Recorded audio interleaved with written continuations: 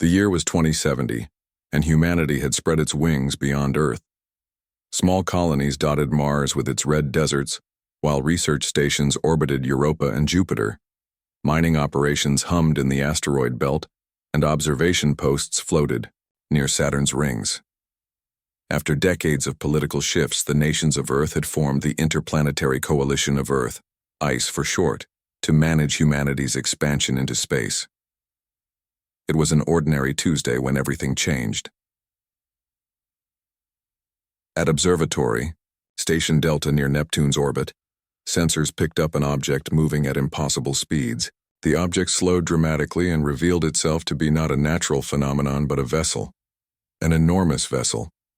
"Sir, it's bigger than anything we've ever built." "Much bigger," said Kyle Reeves, the young technician monitoring the deep space array. His voice shook slightly as he enlarged the image on the main view screen. Station Director Valerie Summers leaned forward, her gray eyes narrowing. "Send word to ICE Command immediately. Code Omega. First contact protocol." Within hours, the news had spread across human settlements. An alien ship had entered the solar system and was broadcasting a message on multiple frequencies. The message was simple. "Greetings, inhabitants of Sol System. We come as representatives of the galactic hegemony. Prepare for cultural exchange and classification evaluation." At ICE headquarters beneath the Swiss Alps, the Emergency Council gathered. Military leaders, scientists, and politicians argued over how to respond. Director Alan Grant, the head of ICE, silenced the room with a sharp rap of his knuckles on the oak table. "Ladies and gentlemen, humanity has prepared for this moment for generations. We have protocols in place, let's follow them."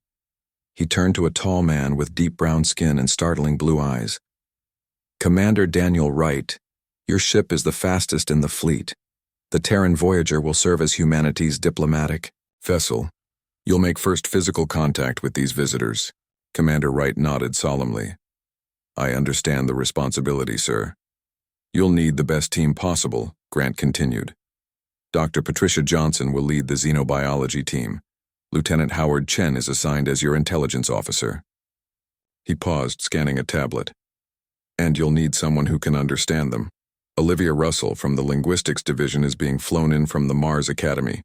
"The language expert who deciphered those ancient Martian symbols?" Wright asked. "The very same," Grant confirmed. "If anyone can help us communicate with an alien species, it's her." 3 days later, the Terran Voyager approached the massive, alien vessel which had taken position in orbit around Jupiter. Up close, the alien ship was even more impressive. A smooth, dark metal construction that seemed to swallow light rather than reflect it. It was roughly disc-shaped but with irregular protrusions that might have been weapons, sensors, or something humans had no concept for. On the bridge of the Terran Voyager, Olivia Russell worked feverishly at her station. She was a woman of average height with copper-red hair cut in a practical bob. Her fingers flew across the interface as she analyzed the incoming transmissions. "It's remarkable," she said, mostly to herself. "Their language has mathematical patterns that create a translatable baseline. I think our systems can handle most of it with some adjustments." Commander Wright stood behind her, his uniform crisp despite the tension evident in his shoulders. "How soon?" "We can attempt basic communication now," she replied. "But true understanding will take time." Wright nodded and took his command chair. "Open a channel." The first conversation between humanity and the galactic hegemony was cautious but productive. The aliens identified themselves as a confederation of 37 spacefaring species who had established order across 3 spiral arms of the galaxy. Their representatives would board the Terran Voyager for face-to-face discussions. When the alien delegation arrived, the humans were stunned by their diversity. The delegation was led by beings from 2 dominant species. The Saurians, tall reptilian humanoids with scaled skin in shades of green and blue, and the Vespidae, insectoid creatures with compound eyes and chitinous exoskeletons. Admiral Kauzoth, the Saurian leader, stood nearly 7 feet tall. His voice had a resonant quality that seemed to vibrate in the humans' chests when he spoke. "We have existed as a unified galactic power for over 12,000 of your years," he explained during the initial meeting. Our purpose is to bring order to chaos, advancement to primitives, and structure to all sentient life. Over the following weeks, the cultural exchange continued. The aliens shared limited information about their technology and society. In return, they requested extensive data about Earth and its colonies. They also asked to perform a series of evaluations on human specimens. Dr. Patricia Johnson, a brilliant xenobiologist with dark skin and keen eyes, supervised these tests. Reluctantly, "They're studying us like lab rats," she whispered to Lieutenant Chen during one session. Chen, a compact man with an unassuming manner that hid a razor-sharp mind, nodded slightly. "And they're hiding something. Their ship has energy readings that fluctuate in patterns that don't match what they've told us about their technology." When the aliens requested DNA samples and physical capability tests from 20 human volunteers, Dr. Johnson became even more concerned. She noticed the hegemony scientists making notes in their strange script and exchanging meaningful glances when they thought no one was watching. "Their body language suggests they're finding information they didn't expect," she told Commander Wright during a private briefing. "And yet they seem almost disappointed. It's hard to read alien expressions, but I've been studying them carefully." On the 40th day of contact, Admiral Kazoth requested a formal meeting with Earth's representatives. The Ice Council traveled to the Terran Voyager for the occasion. In the ship's conference room, Admiral Kazoth stood before the assembled humans. His scaled skin gleamed under the lights as he activated a holographic display showing a pyramid-like structure. "The galactic hegemony maintains peace through order," he began. "And order requires structure. All sentient species are evaluated and placed within our hierarchy." He indicated levels on the pyramid. Category 1 species are founding members with full autonomy. Category 2 species are junior partners with restricted privileges. Category 3 species are subordinate civilizations requiring guidance and oversight. Director Grant leaned forward. "And where do humans fall in this hierarchy?" Admiral Kazoth's mouth stretched in what might have been a smile, revealing rows of sharp teeth. "After thorough evaluation of your physical capabilities, technological advancement, cultural cohesion, and biological adaptability, we have reached our determination." The room fell silent as the Admiral continued. "Humanity is classified as a Category 3 species. This designation comes with certain obligations: subordinate status under Saurian and Vespidae oversight, limited self-governance, technology restrictions, and resource tribute requirements."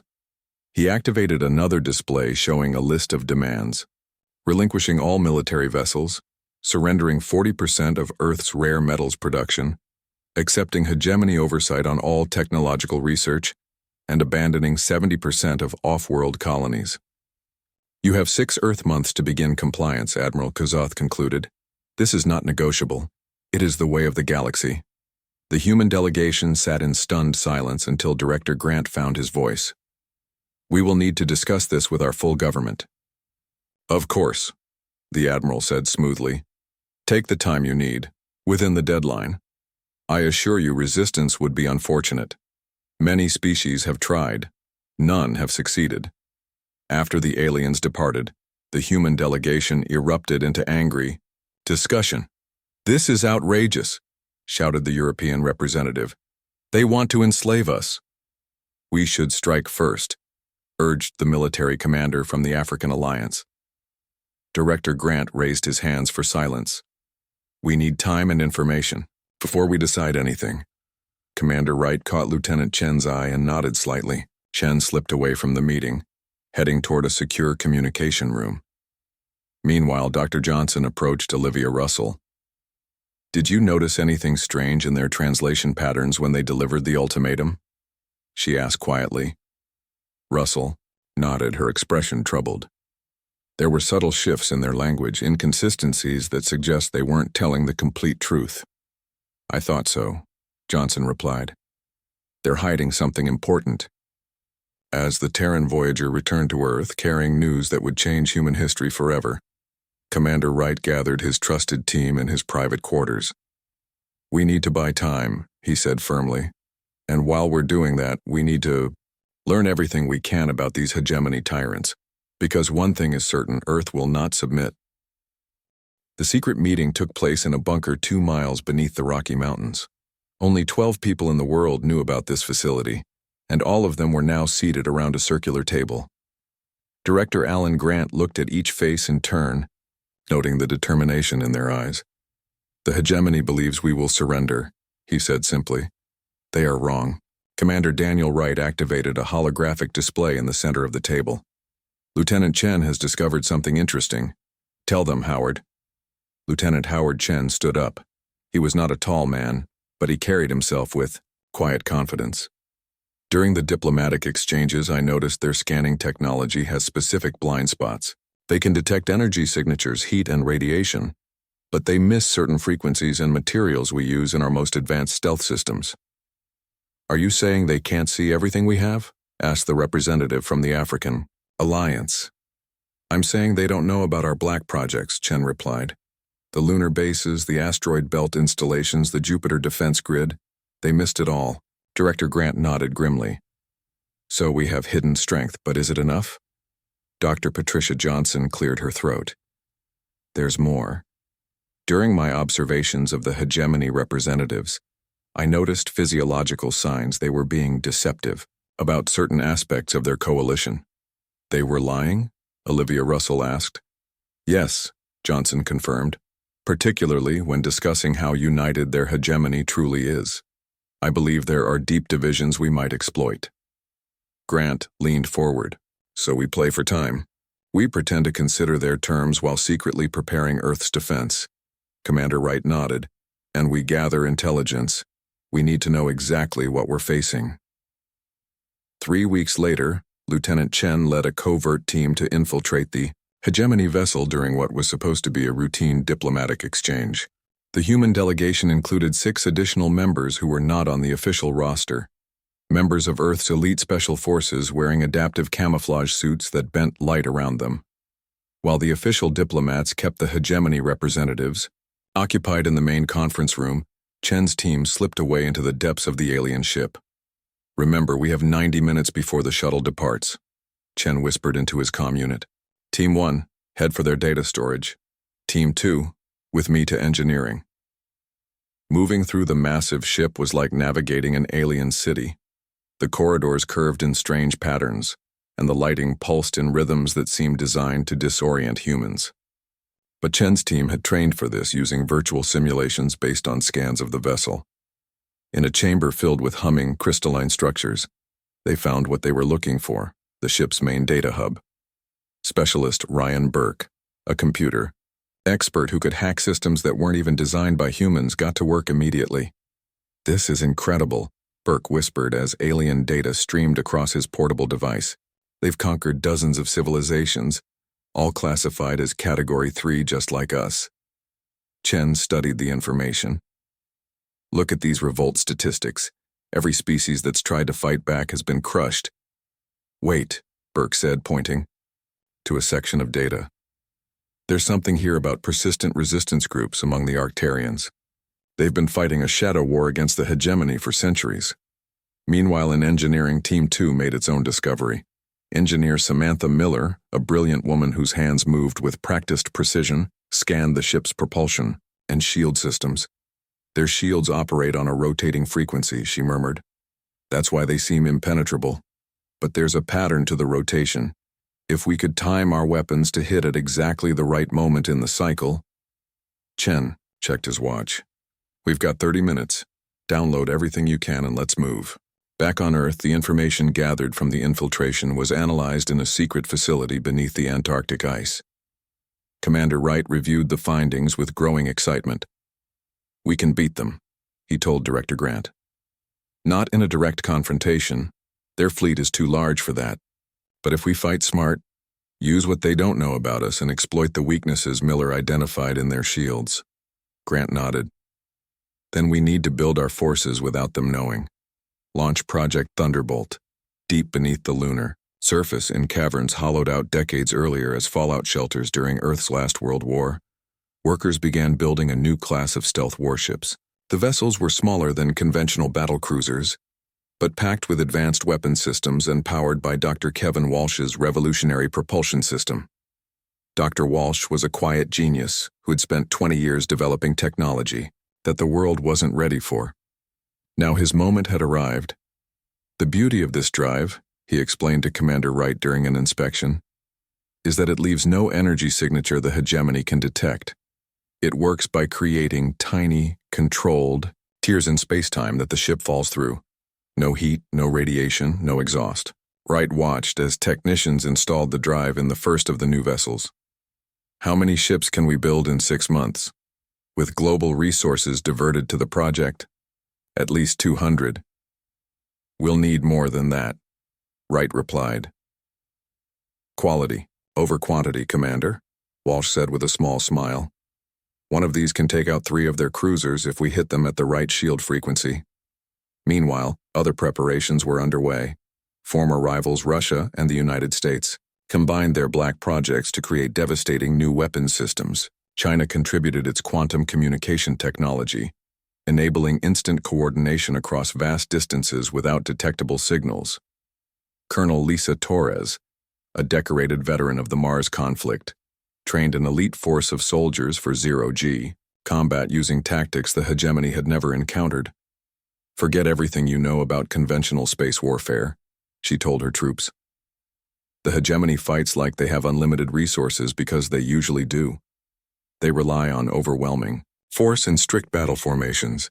We'll use hit-and-run tactics, ambushes, and unpredictable maneuvers.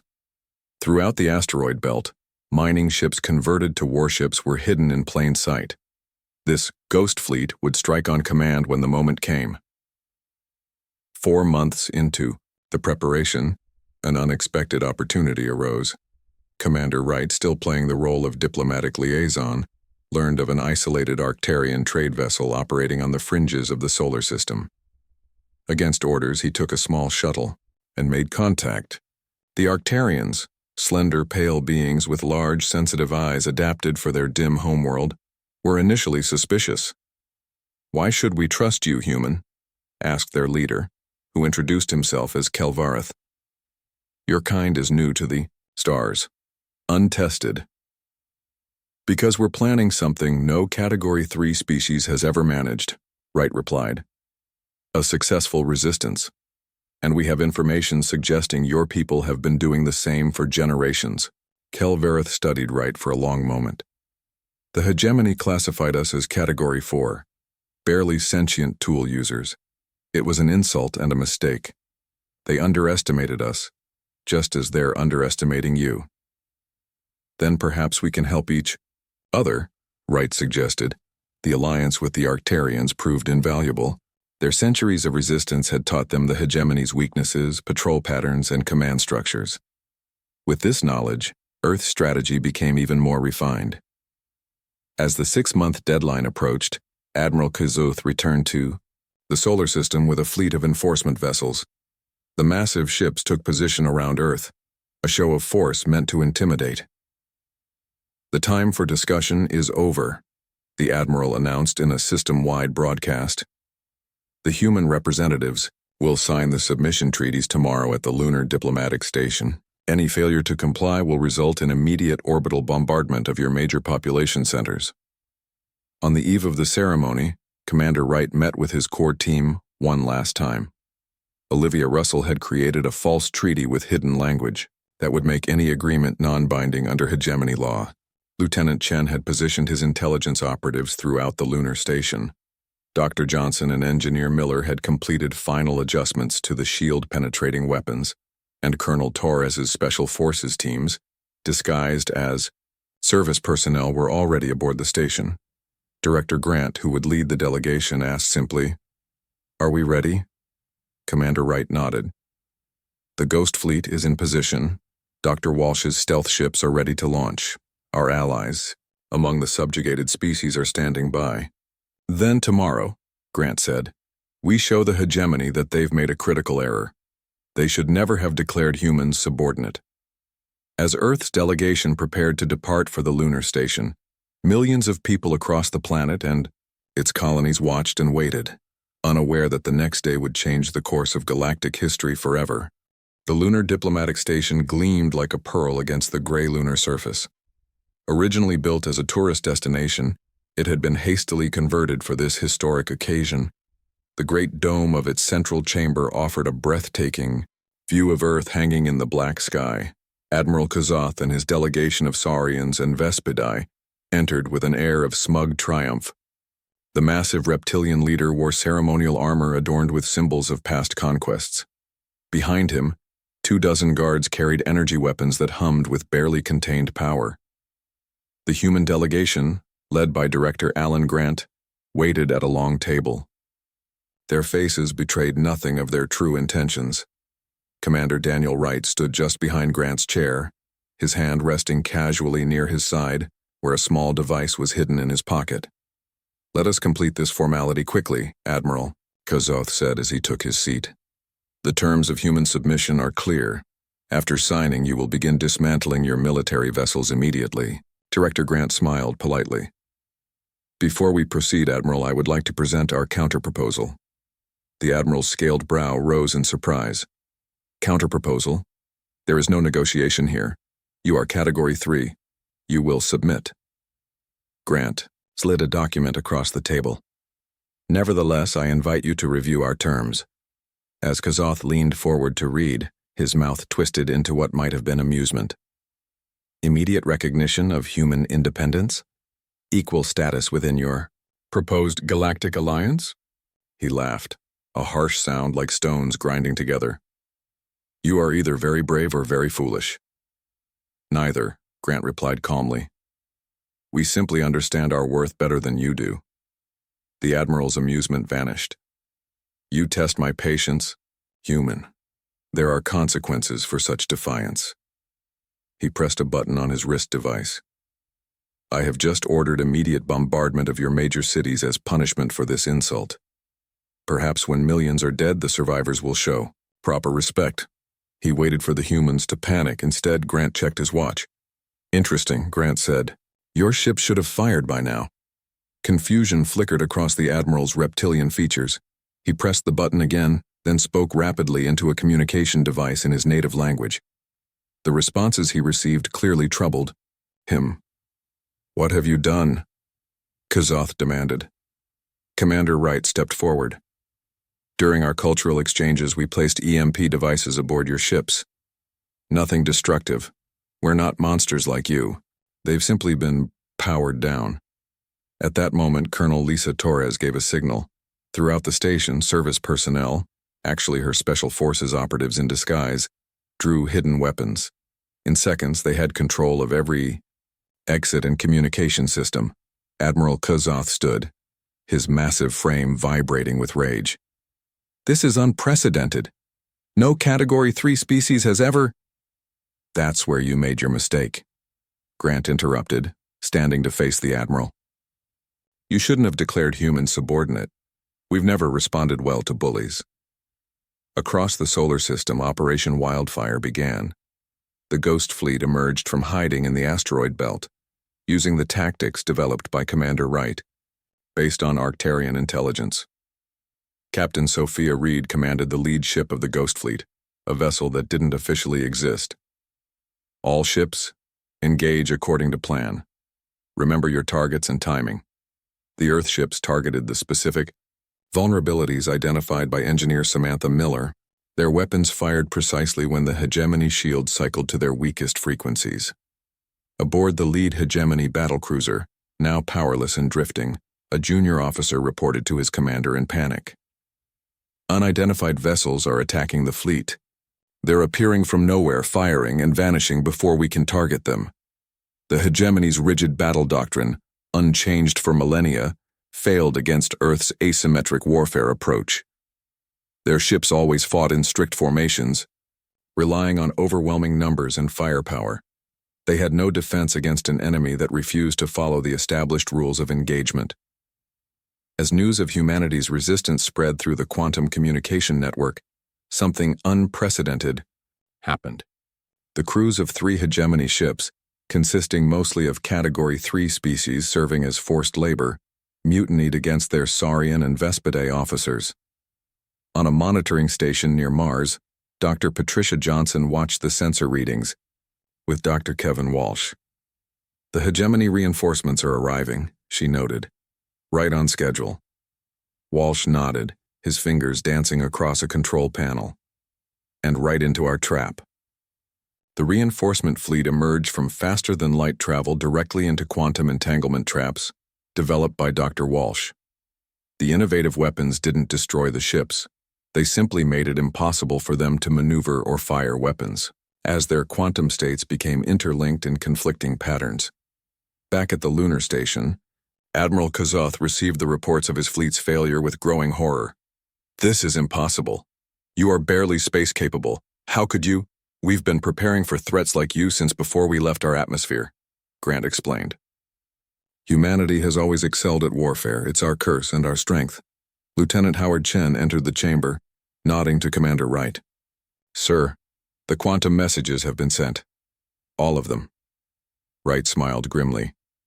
"Thank you, Lieutenant." He turned to Admiral Kazoth.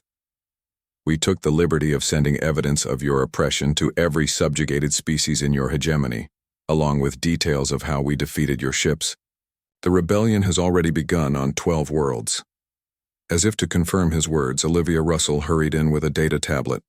"Commander, we're receiving signals from multiple systems. The Centaurians have overthrown their overseers. The Proxima colonists have seized 3 hegemony outposts. The Tau Sadians have declared independence. The news spread across the galaxy faster than the hegemony could contain it. Other subjugated species, inspired by humanity's successful resistance, rose up against their overlords. The rebellion spread like wildfire, system by system. Earth's quantum communication network, which China had contributed to the war effort, allowed the rebellious species to coordinate their efforts in ways the hegemony couldn't track or intercept. Special forces teams led by Colonel Torres's lieutenants used captured hegemony ships to help liberate key control centers throughout the sector. The coalition of formerly oppressed species grew larger by the hour. 3 days into the conflict, long-range sensors detected a massive energy signature approaching the solar system. The hegemony's Grand Armada had been dispatched from their home sector to crush the rebellion once and for all. "They've committed their reserve fleet," Commander Wright informed the Emergency Council. "Over 2,000 vessels. We can't match that firepower." Director Grant studied the tactical display. "We don't need to match it, we just need to outsmart it." Earth's forces appeared vastly outnumbered as the massive hegemony armada approached Saturn. The human fleet retreated, seemingly in disarray, drawing the enemy into the complex gravitational fields of Saturn's rings. "They're following us," reported Captain Reed from the lead ship. "Exactly as predicted. Admiral Kazoth must have told them we rely on hit-and-run tactics. They're staying in tight formation to prevent individual ships from being picked off." "Perfect," Wright responded from the command center on Titan, Saturn's largest moon.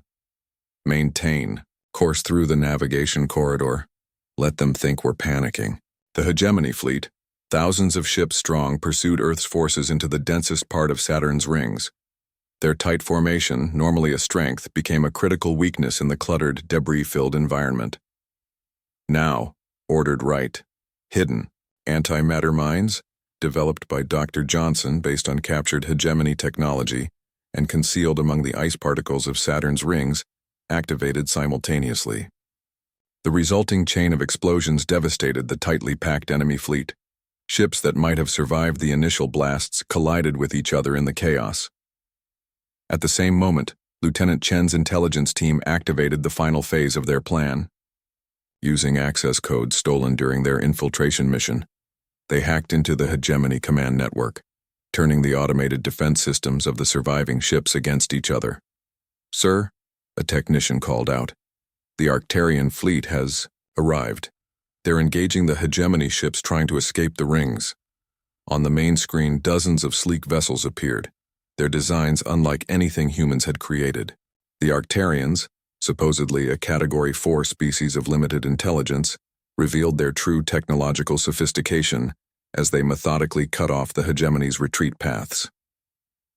In the lunar diplomatic station, now serving as a prison for Admiral Kazoth and his captured officers, Director Grant received the news of victory with quiet satisfaction. "It seems," he told the Admiral, "that your Grand Armada has been defeated by a subordinate species. How unexpected."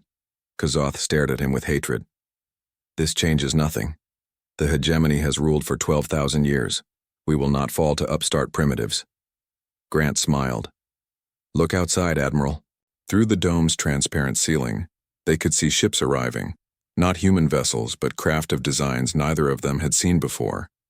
The representatives of a dozen liberated species coming to join the alliance that would replace the hegemony. 6 weeks after the Battle of Saturn's Rings, Earth forces pushed toward the hegemony capital world. The massive fleet consisted not only of human ships, but vessels from 26 formerly subjugated species who had joined the growing alliance. Commander Daniel Wright, now promoted to Admiral, stood on the bridge of the Defender, Earth's newest flagship. The ship incorporated technologies shared by their new allies, making it more advanced than anything humans had built before. "Status report," Wright requested. Lieutenant Howard Chen, now his chief intelligence officer, looked up from his station. "The hegemony defense fleet is falling back to their core systems. Their communication channels are in chaos. It seems the ruling council is divided on how to respond to our advance." Olivia Russell, who had become the Alliance's primary communications expert, added, "We're receiving surrender signals from 3 more Saurian colony worlds. They claim they were also victims of the central government." Wright nodded thoughtfully. "What do we know about these colonies?" "They appear to be telling the truth," Chen said. "Our Arcturian allies confirmed these particular colonies were established using forced labor. The Saurian civilians there were little better off than the Category 3 populations." This had been one of the most surprising discoveries of the campaign. As Earth forces liberated world after world, a more complex picture of the hegemony emerged. The truth was that only 3 senior species, the ruling elite of the Saurians, the Vespidae, and a shadowy race called the Nephilim, controlled the vast galactic empire. The majority of hegemony citizens, even those of supposedly privileged species, lived under various forms of oppression. The coalition fleet entered orbit around Thalassa, a water world that had served as a major hegemony naval base. The planet had surrendered without a fight when the population rose up against their overseers. Wright led a delegation to the surface to meet with representatives from several nearby systems. Their meeting took place in a vast hall with high ceilings designed for the comfort of multiple species. Aquatic beings floated in transparent tanks while high-gravity species rested on specially reinforced platforms. "The hegemony told us we were enemies," said Kurlath, a Centaurian elder whose silver skin rippled with emotion. "They kept us isolated from each other, feeding us lies about the dangers of contact with other inferior beings." "Same strategy. They tried with us," Wright noted. "Divide and conquer, one of the oldest tricks in the book. As the Allies shared information, they uncovered more of the hegemony's deceptions. Many technological advancements had been deliberately suppressed to maintain control. Medical treatments had been withheld from certain populations. Artificial famines had been created to keep potential rebels weak. On the 15th day of the I&D campaign, the coalition fleet received an unexpected message. A Nephilim representative, speaking publicly for the first time in recorded history, requested a meeting. The Nephilim had been the most mysterious of the ruling species. Few had ever seen one, and their influence was felt mainly through policies and proclamations issued in their name. The meeting took place on a neutral space station at the edge of what had been hegemony space. Director Alan Grant led the Earth delegation, accompanied by Dr. Patricia Johnson, who had become an expert on the biology of different species. When the Nephilim delegation entered, even Dr. Johnson was surprised. They were not the fearsome creatures of legend, but small, physically frail beings with large heads and delicate limbs. "We have been as much prisoners as anyone," explained their leader, who called himself Seventh Voice. "Our mental abilities made us useful to the early Saurian Empire. They built machines to amplify and harness our psychic abilities for prediction and control. For millennia, we have been their tools."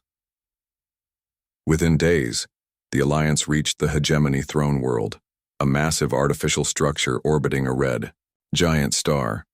The planetary-sized construct housed billions of beings from dozens of species, arranged in layers according to their classification. As Alliance forces secured the capital, startling discoveries continued. Most of the senior Saurian and Vespidae leadership had already fled, leaving their populations behind. Hidden vaults of scientific knowledge were uncovered, containing technologies that had been kept secret for generations. Meanwhile, Admiral Kazoth, who had been held prisoner since the lunar station confrontation, attempted to escape during transfer to a more secure facility. His shuttle was damaged in the attempt and crashed on a small asteroid. When rescue teams arrived, they found him critically injured. Dr. Johnson supervised his treatment. "Why did you run?" she asked him as he lay recovering. "You're a valuable diplomatic asset. We weren't going to harm you." The Admiral's scaled face showed an emotion she couldn't quite interpret. "Because I know what happens to defeated conquerors. Your kind will exact revenge, as all species do." "You're wrong about us," Johnson replied. "We're better than that. Better than you were." As news of the hegemony's collapse spread, representatives from 42 formerly subjugated species traveled to Earth for a historic meeting. The United Nations headquarters in New York City, expanded after the formation of ice, hosted delegates from across the galaxy. Admiral Wright, hailed as the architect of victory, proposed the framework for a new interstellar alliance. "We must build something fundamentally different from the hegemony," he told the assembly. "No classifications, no hierarchies of species, equal representation and mutual defense." The Terran Accords, as they came to be known, established the foundation for the Alliance of Free Worlds. The former hegemony technology vaults were open to all member species, allowing civilizations access to advancements that had been denied them for millennia. Earth became known across the galaxy as the world that broke the chains. 5 years later, on the anniversary of the hegemony's fall, Admiral Wright stood with Dr. Patricia Johnson on the observation deck of their home in the Martian Highlands. Through the transparent dome, they watched ships from dozens of species, arriving for the celebration. "Did you ever imagine it would turn out like this?" Patricia asked, leaning against his shoulder. They had married 3 years earlier, after working closely together during the establishment of the Alliance. "Never," Daniel admitted. "When we first saw that hegemony ship, I thought we might be fighting for Earth's survival. I never dreamed we'd end up remaking galactic civilization." In the park below their home, their 4-year-old daughter played with children of 5 different species, a sight that would have been unimaginable a generation earlier. The young ones showed none of the prejudice or fear that had divided their ancestors. To them, different biology was simply a fact of life, not a reason for division. A soft chime announced an incoming message. Daniel checked his communication device and frowned slightly. "What is it?" Patricia asked, recognizing his expression. "A transmission from General Torres. The exploration fleet has found something beyond the edge of the galaxy." The exploration fleet, led by General Lisa Torres, had been mapping unknown regions for the past 2 years.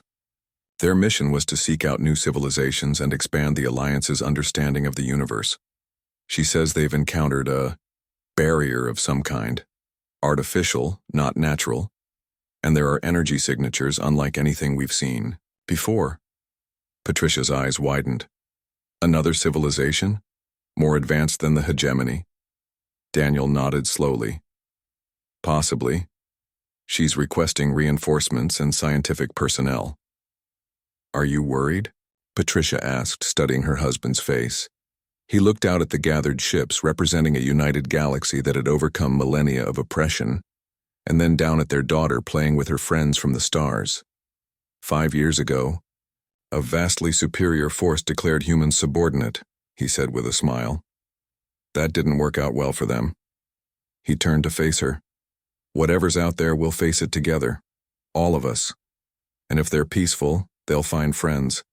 If not," he shrugged. "Well, I guess humanity will just have to show them who they're dealing with, too." Patricia laughed and squeezed his hand. In the distance, fireworks began to explode above the Martian colony, celebrating 5 years of freedom for countless beings across the galaxy. The light of those fireworks was joined by the glow of ships, arriving from 100 worlds. All of them once told they were inferior. All of them now standing tall and free in a universe that had learned a crucial lesson. Never underestimate those you seek to oppress. Never declare humans subordinate. The end.